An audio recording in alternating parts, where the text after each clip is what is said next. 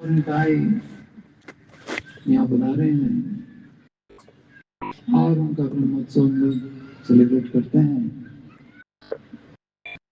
और गौरांग की कथा हर साल करते हैं 7 दिन।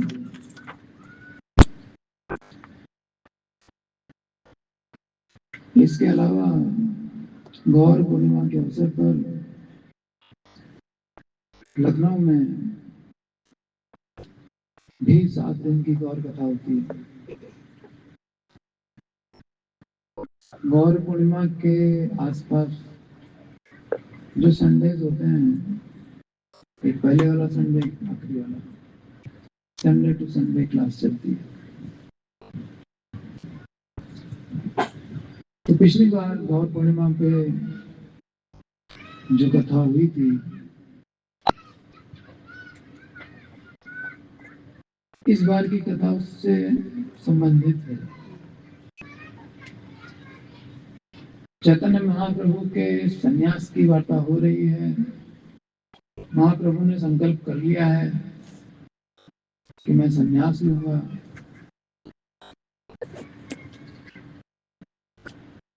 हम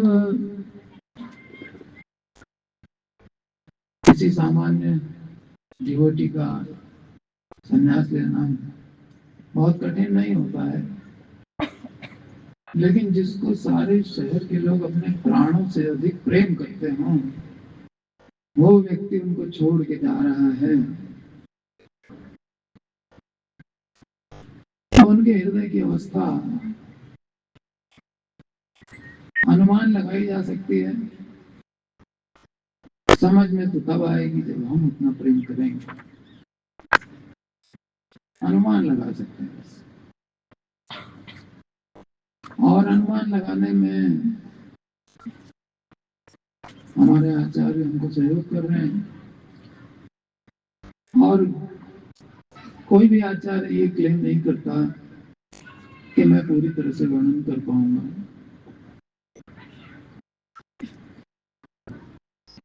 कहते हैं जितना मैंने समझा है अपने पूर्वजों से, उतना मैं बता दूंगा, बाकी हमारी कोई योग्यता नहीं है। वही अवस्था है, अपनी भी वही अवस्था है, उससे भी निम्न अवस्था है, लेकिन एक लोभ है गौर कथा कहने का।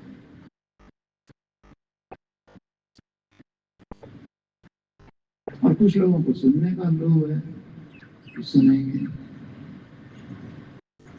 तो बस उसी लोभ की वजह से, योग्यता नहीं है और लोभ है,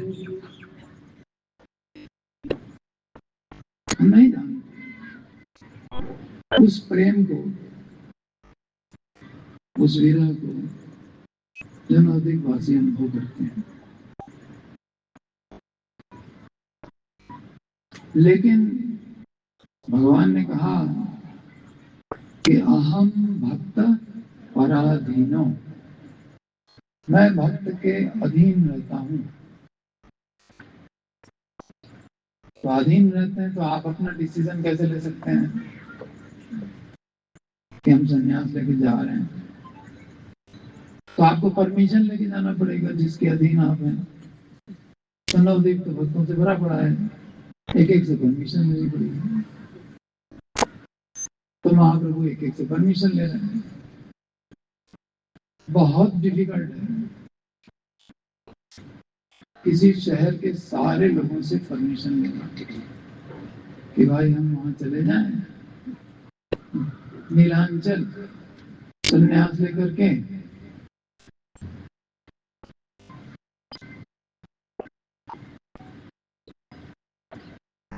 अपनी शादी में कार्ड भी तो लिमिटेड बनाते हैं लोग, जो खास खास लोग होते हैं उनको कार्ड पहुंचाया जाता है और बाकी लोगों को व्हाट्सएप मैसेज किया जाता है। सबको तो नहीं किया जाता ना, पूरे शहर भर को इन्वाइट कर, सबसे परमिशन लेना बड़ा कठिन है। लेकिन भगवान है, प्रत्येक अपने भक्त से जिसके वे अधीन है उनसे परमिशन लेते हैं। वो देने को तैयार नहीं, वो कहते हैं हम प्राण दे देंगे, लेकिन फिर भी महाप्रभु कैसे उनसे परमिशन लेते हैं उसका सार अभी बताएंगे आपको 10-15 मिनट के अंदर। फिर शची माता उनसे परमिशन लेनी पड़ेगी, इतनी महान भक्त है, उनसे आज्ञा ली, किस तरह से आज्ञा दी होगी उन्होंने। माँ आज्ञा दे बेटे को, जाओ, एक ही बेटा है जिसका मुंह देख के जीती है, वो कह रहा है हमको संन्यास लेना है, तो परमिशन दे देगी सब माँ? बहुत मुश्किल है। लेकिन भगवान ने परमिशन उनसे भी ली। फिर पत्नी से परमिशन ली, विष्णु प्रिया से, तो माँ से परमिशन ली। वहां तक की कथा लखनऊ में हुई थी। अब पत्नी से परमिशन की कथा यहाँ होगी, और फिर संन्यास की लीला होगी। फिर महाप्रभु का नीलांचल गमन होगा। फिर नीलांचल से दक्षिण भारत गमन होगा। फिर दक्षिण भारत से आकर के फिर वृंदावन जाना होगा। इतनी लीला कहने का प्रोग्राम है इस बार वृंदावन की यात्रा।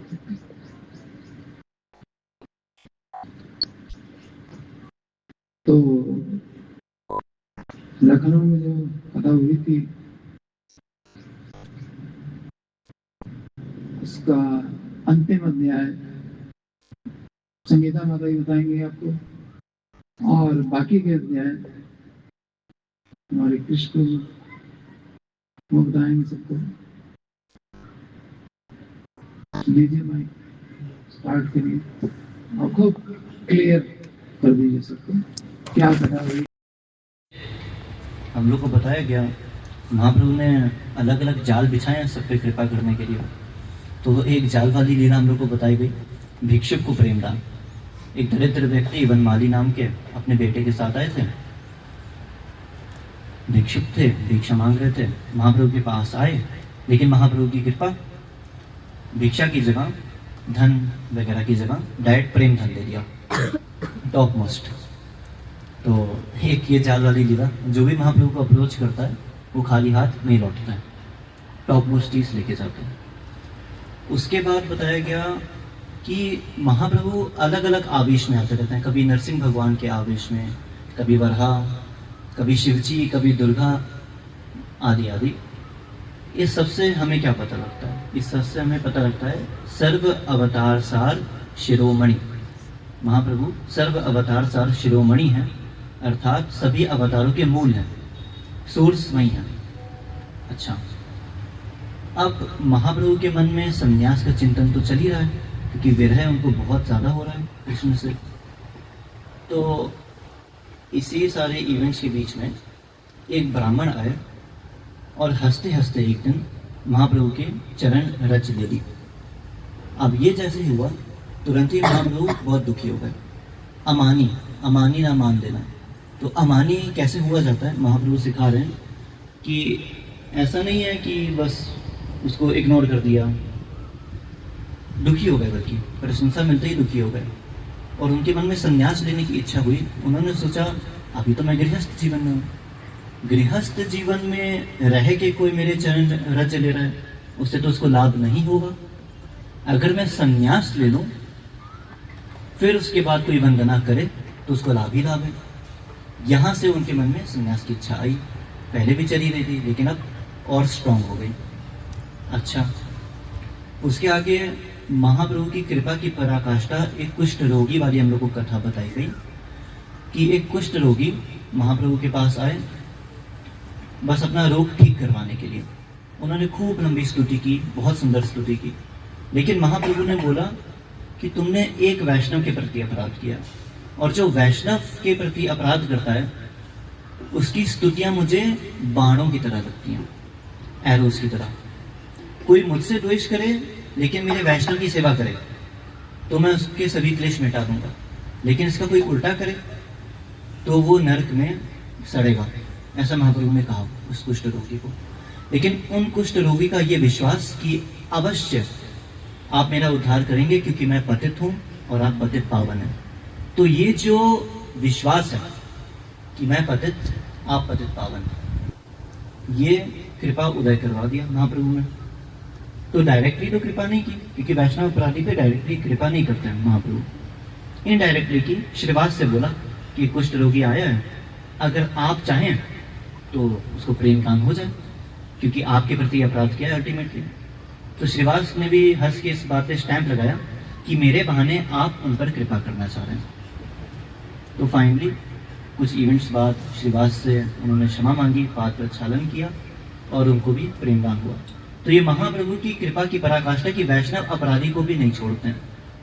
लेकिन हाँ, एक वैष्णव अपराधी उनका काम जरूर बढ़ा देता है कि डायरेक्टली फिर कृपा नहीं करते हैं महाप्रभु। उसके बाद हम लोग को बताया गया महाप्रभु कुछ भी सेवा करने जाते हैं, सपोज सफाई, तो कहते हैं मैं कृष्ण का जमादार हूँ, ऐसे बोलते हैं, मैं कृष्ण का जमादार हूँ। इससे महाप्रभु की अगेन विनम्रता, जनादपि शुनि चेना, हम लोग को पता लगता है।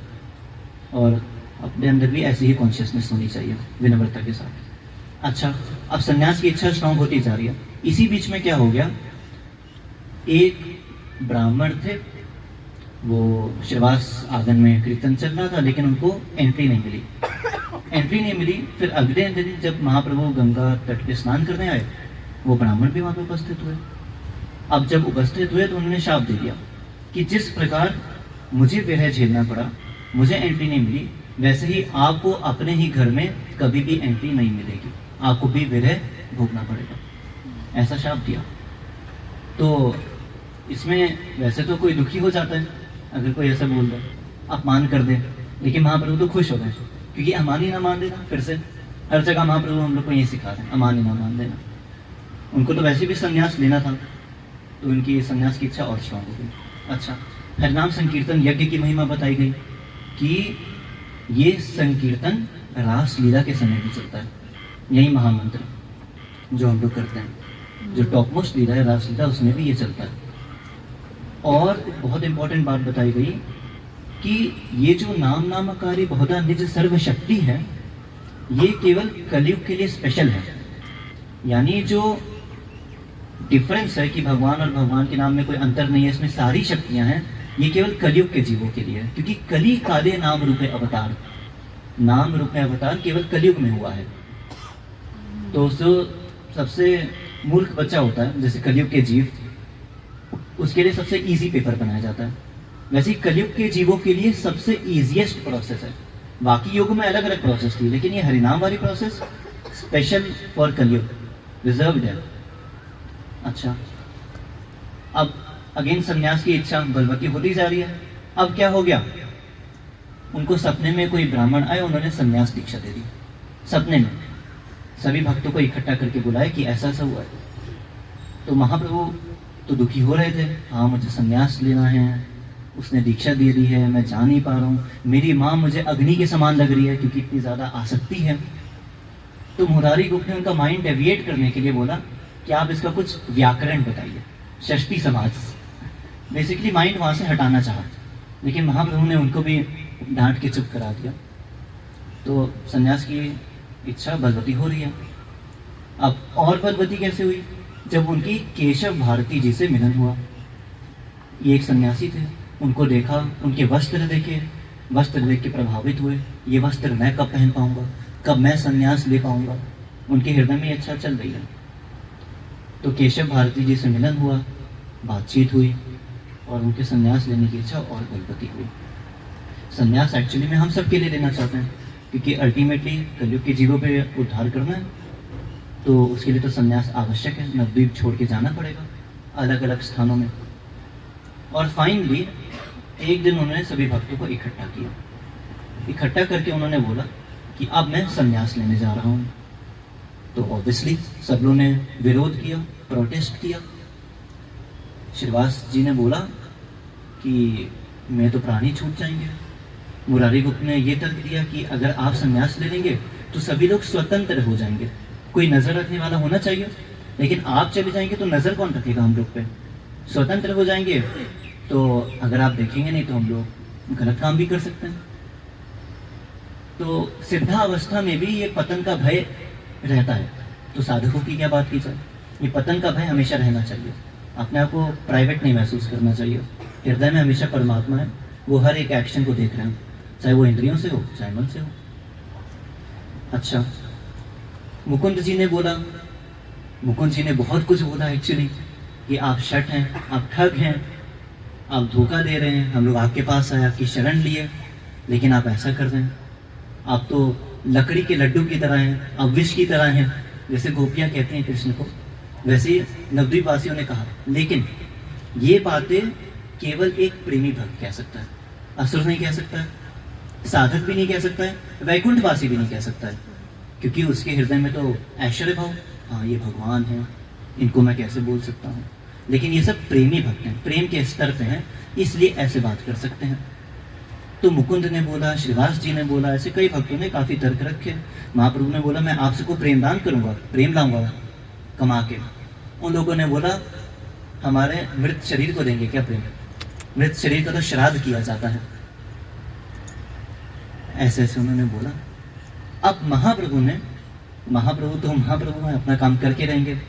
उन्होंने प्रेम पे ही क्वेश्चन लगा दिया, प्रेम पे प्रश्न चिन्ह लगा दिया कि प्रेम का मतलब होता है कृष्णेंद्रिय प्रीति इच्छा धरे प्रेम नाम, सामने वाले का सुख चाहना। आप लोग क्या, मुझे यहाँ पे मैं उपस्थित हूँ ये देख के बहुत खुश हो रहे हैं, लेकिन मुझे जो अंदर कृष्ण से विरह हो रहा है उसका क्या? आप लोग क्या मेरे सुख के बारे में नहीं सोच रहे हैं? क्या यही प्रेम है? प्रेम पे ही क्वेश्चन मार्क लगा दिया। अब सारे भक्त चुप हो गए। फिर एक भक्त ने बोला कि प्रभु आप पूर्ण स्वतंत्र हैं, आपकी जो इच्छा चाहे आप वो कर सकते हैं। बेसिकली फ्री कर दिया महाप्रभु को, बंधन लगाना बंद कर दिया, क्योंकि भक्त के पराधीन रहते हैं ना, तो भक्ति परमिशन नहीं देगा तो कैसे जाएंगे। अब भक्तों ने परमिशन दी तो फाइनली महाप्रभु के चेहरे पे मुस्कुराहट आई और महाप्रभु ने बोला कि मैं भले ही संन्यास ले रहा हूँ, यहाँ से जा रहा हूँ, लेकिन आपके हृदय में मैं हमेशा रहूँगा। इसके बाद वो शची माता से परमिशन मांगने गए। तो शची माता से क्या वार्तालाप हुई वो संगीता माता जी बताएंगे। हरि बोल।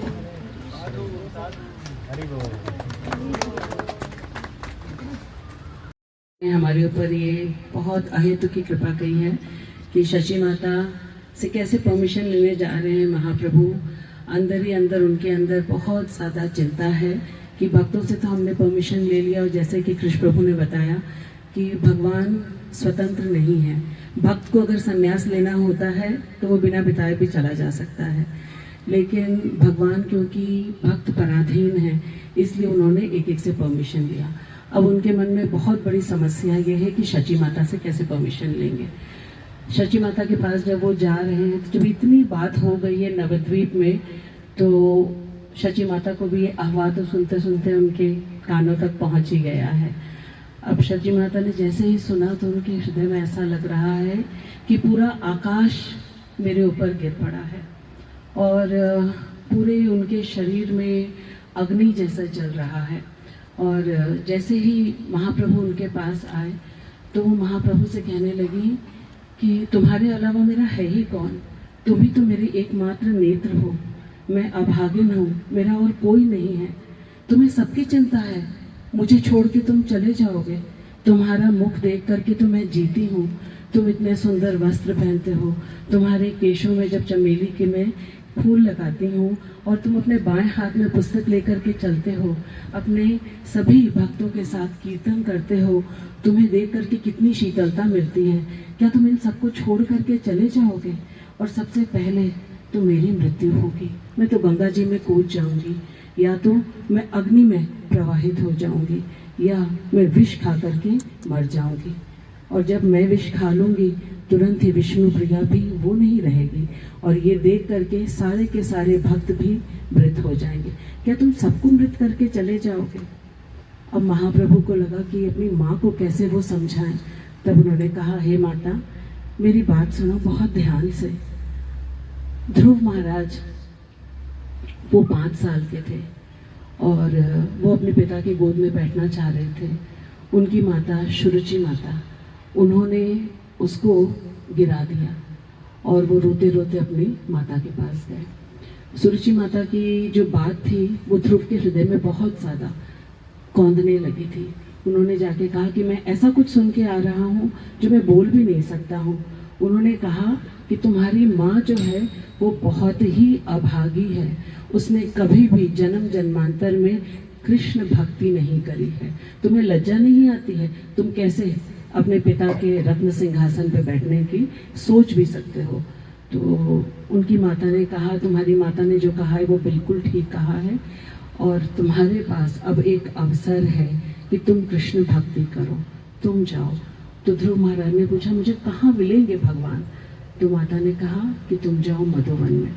अब ध्रुव महाराज ने अपनी माता की चरण धूलि ले करके और बस रोते रोते वो मधुवन की ओर चले जा रहे हैं। रास्ते में उनको नारद मुनि मिले। नारद मुनि ने देख करके कहा, तुम इतने छोटे बच्चे हो, राजकुमार हो, क्यों तुम्हारे को इतना मान अभिमान क्यों है? चलो तुम घर चलो और मैं तुमको तुम्हारा राज सिंहासन दिलाऊंगा। तो उन्होंने कहा कि नहीं, मुझे ये नहीं चाहिए। फिर नारद मुनि ने कहा, तुम अभी बहुत छोटे हो, बड़े होके कर लेना। बोला, अगर मैं युवा अवस्था तक ना पहुंच पाऊं तो? इस बात को सुनकर के नारद मुनि इतने ज़्यादा प्रभावित हुए और फिर उन्होंने कहा कि मैं तुमको दीक्षा देता हूँ। और उन्होंने उन्हें ओम नमो भगवते वासुदेवाय नमः की दीक्षा दी। दीक्षा दे करके उन्होंने कहा कि तुम वृंदावन की ओर जाओ, मधुवन में। अब जब ध्रुव महाराज वहाँ पे पहुँच गए, बहुत सारी कठिनाइयों को सहते हुए, जब वो रास्ते में जा रहे हैं तो अनायास उनको जो फल मिल जा रहा है पका हुआ, उसको खा रहे हैं, जो उनको जल मिल रहा है उसको पी रहे हैं। इस प्रकार वो पहुँच करके और वहाँ पे यमुना जी के तट पे बैठ के ओम नमो भगवते वासुदेवाय नमः करने लगे। ये देख करके सारे देवता बहुत ही ज़्यादा विचलित होने लगे। ब्रह्मा जी, इंद्र, सूर्य, चंद्र, सब ने आके खूब सारी बाधाएं डाली। तो प्रभु जी ने कहा कि इसको कहते हैं दृढ़ता, चैंटिंग में, कि सबने आके बाधाएं दी। किसी ने कहा तुम्हारी माता की मृत्यु हो गई, किसी ने कहा तुम्हारे पिता की मृत्यु हो गई। इंद्र ने तो आकर के अपने हाथी का जो सींग था वही उसके हृदय में घोंप दिया था, लेकिन तब भी उनको इन बाधाओं से वो कभी भी रुके नहीं। इस प्रकार से ओम नमो भगवते वासुदेवाय का जप करते करते बहुत जब भगवान उनसे प्रसन्न हो गए और भगवान ने देखा कि नारद जो हैं वो किसी की सोच में डूबे हुए हैं। तो भगवान ने उनसे पूछा, तुम किसकी सोच में डूबे हुए हो? बोले, हम आपके एक भक्त की सोच में डूबे हुए हैं। तब उन्होंने कहा, नारद मुनि ने, कि आपको उनके पास जाना ही पड़ेगा। तब उन्होंने कहा कि जिसकी दीक्षा नहीं होती मैं उनके पास नहीं जाता हूँ। तब नारद मुनि ने कहा कि वो मेरे कहे अनुसार कर रहा है जब, और आपको उनके पास जाना पड़ेगा। तो प्रभु जी ने कहा था कि कोई सेरेमनी नहीं होती है दीक्षा, गुरु आज्ञा का पालन ही दीक्षा होती है। इस प्रकार से उस छोटे ध्रुव ने बड़े बड़े देवताओं को भी पराजित कर दिया और भगवान को प्रसन्न कर लिया। इस प्रकार से भगवान को प्रसन्न करके, भगवान को विवश करके भगवान उनके सामने आए। अब जब भगवान उनके सामने आए, उन्होंने कहा, ध्रुव, मैं बहुत प्रसन्न हूँ तुमसे और मैं तुम्हें तीनों लोगों का राज्य देना चाहता हूँ। तो उन्होंने कहा, मुझे कुछ नहीं चाहिए। तब भगवान ने कहा, नहीं, मैं चाहता हूँ कि तुम राज्य करो। इस प्रकार जब वो भगवान की बात मान करके वापस आ रहे थे तो उदान पात्र और सुरुचि माता, उनके भी मन में बहुत ज़्यादा पश्चाताप हो रहा था कि उन्होंने अपने इस पुत्र को जो है सिंहासन पर बैठने की आज्ञा नहीं दी थी। तो इसके बाद जो है वो सिंहासन पे बैठे भी भगवान की इच्छा से, क्योंकि भगवान ने कहा था कि तुम राज्य करो। और इस तरह राज्य करके और फिर देवताओं के 36,000 वर्ष राज्य किए और उसके बाद अपनी माता को लेकर के वो ध्रुवलोक में चले गए। जैसे ही शची माता ने ये बात सुनी, तुरंत ही उन्होंने कहा कि मैं भी तुम्हारे साथ चलूँगी और तुम्हारे साथ जाने के लिए मुझे सिर मुड़ाना पड़ेगा, मुझे गेरुआ वस्त्र पहनना पड़ेगा, ये पहन करके मैं तुम्हारे साथ चलूँगी। अब फिर उनको लगा महाप्रभु को कि अब मैं इनको कैसे समझाऊं। तब उन्होंने कहा कि ये जो तुम पुत्र मोह कर रही हो, ये तुम्हारे लिए बाधा बनेगी और ये भ्रम है तुम्हारा। कोई माता नहीं, कोई पिता नहीं, कोई भाई नहीं, कोई बंधु नहीं, केवल वही व्यक्ति तुम्हारी माता है, पिता है, जो तुम्हें कृष्ण भक्ति की ओर लेकर के जाए। तो भगवान ने अपनी माता को जब ये बात कही और फिर भगवान ने कहा कि ये मनुष्य जीवन ये केवल और केवल कृष्ण प्राप्ति के लिए है, क्योंकि कृष्ण प्राप्ति के बिना ये मनुष्य विषयों के विष की ओर अग्रसर होता जा रहा है और इसी के लिए मेरा अवतार हुआ है। अगर आप मुझे परमिशन नहीं दोगे तो मैं नहीं जा पाऊंगा। इस तरीके से जब महाप्रभु ने शची माता को कहा तो शची माता का सारा भ्रम दूर हुआ, माया दूर हुआ, क्योंकि महाप्रभु ने कहा। और उसके बाद शची माता ने कहा कि मैं कितनी सौभाग्यशाली हूँ कि जिनको नियंत्रण में रखना किसी के बस में नहीं है, अब तक वो मेरे नियंत्रण में थे और मैं आपको अब मैं कह रही हूँ कि आप सुखपूर्वक जाइए और जा कर के अपने अवतार का जो पूरा उद्देश्य उसको पूरा कीजिए। लेकिन मेरे मन से एक दुख नहीं जा रहा है कि मैं आपको कैसे भूलूं, ये कैसे भूल जाऊं, पुत्र के वियोग को मैं कैसे सहूंगी। तब महाप्रभु ने उनसे कहा, माता जब भी तुम मुझे याद करोगी मैं तुम्हारे सामने आ जाऊंगा। ये कह करके महाप्रभु ने कृष्ण रूप में शची माता को दर्शन दिया और तब शची माता ने देखा कि मेरा पुत्र जो है वृंदावन में ग्वाल सखाओं के साथ, गोप गोपियों के साथ है और उन्होंने अपने आप को बहुत सौभाग्यशाली माना। इस प्रकार शची माता ने भी उन्हें परमिशन दी। लोचनदास ठाकुर कहते हैं कि इस तरीके से महाप्रभु ने अपनी माँ को भी पूरी तरीके से कन्विंस किया, क्योंकि भगवान वही होते हैं जो हर किसी के दुख का ख्याल रखते हैं। भक्त होते तो वो अपने आप बिना परमिशन लिए चले जाते हैं, लेकिन क्योंकि वो भगवान है, भगवान किसी का दिल नहीं तोड़ सकते। इस तरीके से महाप्रभु ने शची माता से परमिशन लेकर के और वो सन्यास के लिए आगे बढ़े। आगे की कथा श्री हरिमोहन प्रभु जी बताएंगे। निताई गौर प्रेमानंदे। हरि हरि बोल। एक दिन चैतन्य महाप्रभु कहने लगे कि मुझे वृंदावन की बहुत याद आ रही है। कहाँ है वो जमुना, कहाँ है वो बहुलावन, कहाँ है गोवर्धन, मुझे वहाँ जाना है। ऐसा कह के बहुत विलाप करने लगे। तो कहने लगे कि मैं वृंदावन जाऊंगा। तो उसे भक्तों ने कहा कि प्रभु आप हमें छोड़कर जाने का प्लान बना रहे हैं, ये हमसे बर्दाश्त नहीं होगा। महाप्रभु उन्होंने कहा कि मुझे कृष्ण की बहुत याद आ रही है और मैं बर्दाश्त नहीं कर सकता अभी। तो भक्तों ने कहा, हरि हरि, भक्तों ने कहा कि देखिए आप अगर चले जाएंगे तो हम अपना जीवन धारण नहीं कर सकेंगे। लेकिन भगवान चैतन्य महाप्रभु कृष्ण के विरह में बहुत जल रहे थे और वहां जाने का निश्चय कर रहे थे। फिर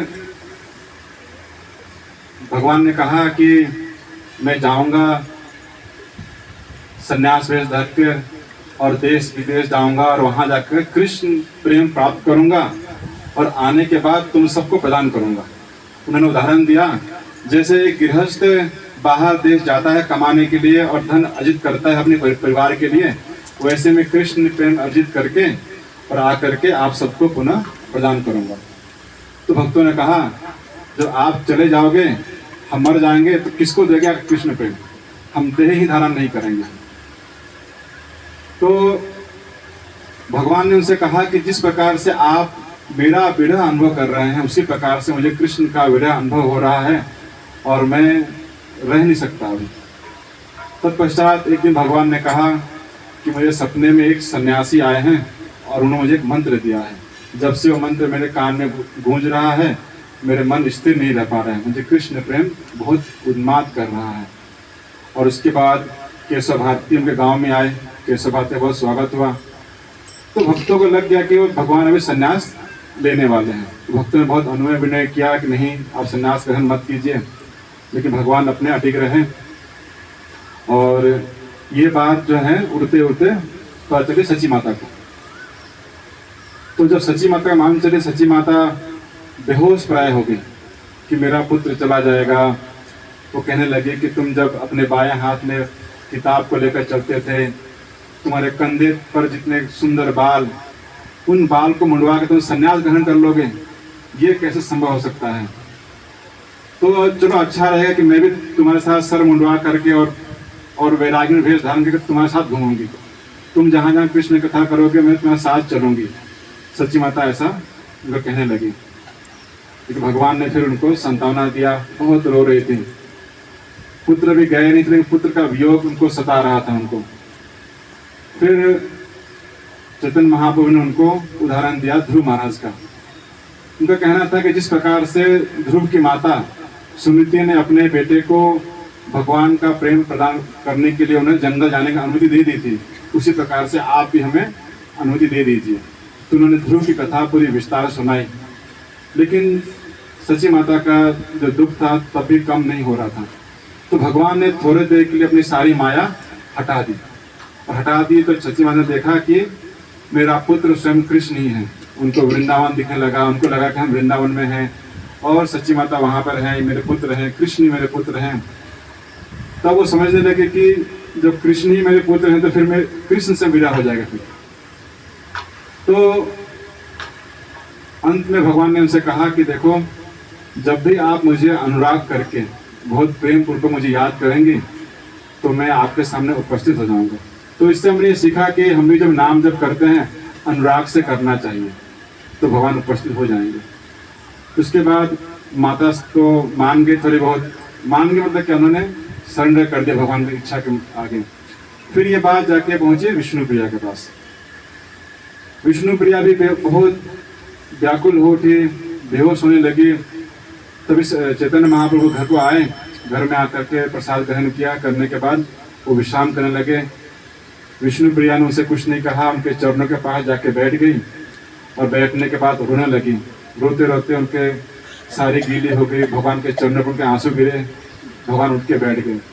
भगवान किसी को मनाने में बहुत दक्ष हैं। उन्होंने अपने कपड़ों से लेकर के उनके आँख पोंछे, उनके ठुड्डी पे हाथ रखा, पूछे प्रिय तुम्हें क्या कष्ट है, तुम क्यों रो रही हो। लेकिन वो कुछ कहने को तैयार नहीं, भगवान से नजरें नहीं मिला रही थी। भगवान ने उनसे बहुत प्रेम पूर्वक वार्तालाप किए। फिर वो कुछ बोली, कहा कि मेरे छाती पे हाथ रख के कहिए कि आप संन्यास नहीं ग्रहण करेंगे, आप मुझे छोड़ कर नहीं जाएंगे। तो एक पत्नी का इस प्रकार से कहना बहुत दुख भरा था और वो बर्दाश्त नहीं कर पा रही थी। बहुत मनाने के बाद भी बिल्कुल नहीं मान रही थी कि नहीं जैसा भी हो। तो वो अपने आप को ही दोष देने लगी। वो कहने लगी कि मेरा रूप, मेरा सौंदर्य, मेरी सेवा कुछ भी आपको बांध नहीं सकी, आप जाने को तैयार हैं, आपके बिना हम जीवन धारण नहीं कर पाएंगे, ऐसा कहने लगी। फिर भगवान ने जो है उनको अपना विष्णु रूप दिखाया। विष्णु रूप दिखाने के बाद भी उनके अंदर ये भगवान है, ये बुद्धि कम मेरे पति ही हैं, ये बुद्धि उनमें बनी रही। और फिर भी वो कहते रही। भगवान भी उनके आंसू को देख कर, उनको दुख को देख कर वो भी दुखी हो गए और उनको भी आंसू आने लगे। फिर बाद में भगवान ने उनसे कहा कि देखो प्रिय, जब भी तुम मुझे मन में याद करोगे, मैं जहाँ कहीं भी जाऊँ मैं तुम्हारे समक्ष रहूँगा, ऐसा उन्होंने कहा। और उसके बाद हमने सुना कि किस प्रकार से कि भगवान सुबह उठे और ब्राह्मण योचित जो भी कार्य हैं सबको करने के बाद भगवान गंगा नदी में कूद करके तैर करके पार करके चले गए। जब वो चले गए तो उनका अचानक सब हल्ला हुआ, भगवान कहाँ चले गए। सारे भक्त इकट्ठे हुए, सची माता और विष्णु प्रिया इकट्ठे हुए। दोनों के शरीर से मानो प्राण चले गए थे। पुत्र के वियोग में माता सची और विष्णु प्रिया का हाल बयान नहीं कर सकता कोई, वो देखा नहीं जा रहा था। कितना व्याकुल हो रहे थे, मूर्छा पर गिर रहे थे। नदी का किनारा था और वहाँ पे सब भक्त इकट्ठे हो गए। कोई भी व्यक्ति धीर नहीं धर पा रहा था, कौन किसको समझाए, क्या किया जाए, किसी को पता नहीं चल रहा था। तभी उसमें से एक धीर भक्त ने आकर के ढाटसा बंधाया, थोड़ा सबको समझाने का प्रयास किया। उन्होंने आकर कहा कि हम चलेंगे, ढूंढेंगे कहाँ के चैतन्य महाप्रभु, हम सब चलेंगे। फिर सब लोग वार्तालाप करने लगे कि कहाँ गए होंगे। सबने अनुमान लगाया कि हाँ वो कह रहे थे कि वृंदावन जाना है, तो हो सकता वृंदावन गए हों, यहाँ से नज़दीक पूरी है, जगन्नाथपुरी गए हों, बनारस गए हों, कहाँ गए हों। किसी ने कहा कि नहीं, लगता है कि संन्यास ग्रहण करने के लिए कटवा जा सकते हैं, वो वहाँ पर सन्यासी हैं वहाँ पर। तो फिर सबका अनुमान ऐसा लगा और फिर कथा यहाँ खत्म हुई थी, विराम किया था कथा का। और आगे हम सुनेंगे किस प्रकार अब हमने देखा कि किस प्रकार भक्तों का विचार कैसा था। अब हम आगे देखेंगे कि चैतन्य महाप्रभु का विचार कैसा था। तो ये जो कथा है इसमें बहुत समझने वाली बातें हैं, बहुत अलग अलग दृष्टिकोण से हम कथा को सुन सकते हैं, श्रवण कर सकते हैं। इसमें हम देखते हैं चैतन्य महाप्रभु दिखा रहे हैं कि जब कृष्ण का विरह किसी को सताता है तो एक जगह तो भगवान ये कहा कि मेरी माता के शब्द मुझे पसंद नहीं आते, मुझे ऐसा उन्होंने कह दिया। उन्होंने ऐसा भी कहा था एक जगह पे कि मैं जाऊंगा और कृष्ण प्रेम प्राप्त करूंगा और उसको सबको बांटूंगा, सबको मैं आप सबको बांटूंगा। तो वही चैतन्य महाप्रभु कहा है कि जन्म सार्थक करी परोपकार। तो जैसा उन्होंने कहा था वैसा करके दिखा रहे हैं। और इसमें विशेष बात यही थी कि उन बार बार कह रहे थे कि जैसा विरह आप लोग को अनुभव हो रहा है मेरे वियोग से, वही वियोग मुझे सता रहा है। कहाँ है कृष्ण, कृष्ण कहाँ मिलेंगे। तो उस वियोग में जा रहे हैं, उनको किसी के परवाह नहीं है। कृष्ण वियोग में किसी की परवाह नहीं है, माँ क्या सोचेगी, पत्नी क्या करेगी। तो एक तरह देखा जाए तो वो दिखा रहे हैं कि अज्ञानी व्यक्ति का रोना क्या और प्रेम करना क्या। अज्ञानी व्यक्ति जब प्रेम करता है तो शरीर से प्रेम करता है, और जब वियोग होता है शरीर का वियोग होता है। तो इस प्रकार से चैतन्य महाप्रभु ने समझाया कि देखो हम शरीर नहीं है। ये शरीर जो है किस प्रकार से मलमूत्र के स्थान से प्रकट होता है और ज्ञान में घिर करके अपने आप को शरीर मानता है। शरीर मानने के बाद यहाँ माता पिता बनाता है, लेकिन ये सब झूठा है। सच है केवल भगवान कृष्ण ही सबके माता है, कृष्ण ही सबके पिता है। और उन्हें सबसे महत्वपूर्ण बात ये कही कि हम सबका कर्तव्य यही है कि कृष्ण के लीलाओं के चिंतन में अपने मन को हमेशा लगाए रहें। यही बात उन्होंने माता को कहा, यही बात उन्होंने विष्णु प्रिया कहा, और यही बात उनके चित्त में इतना घुस गए थे कि अब उनको कृष्ण की लीलाओं का स्मरण करने से लाभ नहीं था। उनको कृष्ण ही चाहिए थे, उनको साक्षात कृष्ण चाहिए थे। जब चैतन्य महाप्रभु चले गए थे तो जैसे हम भगवान का संग करने के लिए भगवान की लीलाओं का स्मरण करते हैं, लेकिन उन लोगों को भगवान का स्मरण करने से भगवान के वियोग की अनुभूति होती है। तो ये प्रेम की अगली स्टेप हो जाती है। पहले हम भगवान का स्मरण करते हैं संग करने के लिए, बाद में वही स्मरण उनको वियोग की अनुभूति दिलाता है। तो हमें अभी भगवान की लीलाओं पढ़ने से उनकी वियोग की अनुभूति नहीं होती। तो हमारे इस कथा से मेरे सीखने मिलता है कि भक्त लोग चैतन्य महाप्रभु के लीलाओं का स्मरण करने से उनके वियोग की अनुभूति होती। कैसे हंसते थे, कैसे बोलते थे, कैसे बात करते थे, कैसे लोगों के कंधे पे हाथ रख के बात करते थे, स्कूल जाते थे, उनके बड़े बड़े बाल थे, सब बहुत परेशान थे सच्ची माता। कितने सुंदर सुंदर बाल, कंधे तक बाल थे, तुमको गूंज के चलते थे। सब लोग गांव में कहते थे, हे सची देवी तुम सबसे भाग्यशाली हो, तुम्हारा ऐसा पुत्र होना कितना गौरव की बात है। तो कहती है कि हे पुत्र क्या तुम ये गौरव मुझसे छीन लोगे क्या, तुम चले जाओगे मुझसे अभी। तो इस प्रकार से बहुत हृदय को बहाने वाली और बहुत गूढ़ है। इसमें लिखा है कि इस लीला को वर्णन करना असंभव है, कोई वर्णन नहीं कर सकता, ना ही कोई समझ सकता है, लेकिन इसमें फिर भी प्रयास किया गया है। तो हम आगे सुनेंगे किस प्रकार से जब चैतन्य महाप्रभु आगे बढ़ रहे हैं तो क्या वो पीछे ध्यान कर रहे हैं कि सच्ची माता क्या सोच रही होगी, विष्णु पे क्या कर रही होगी, उनके क्या विचार हैं, कैसे आगे बढ़े चले जा रहे हैं, ये सब आगे श्रवण करेंगे। हरे कृष्ण।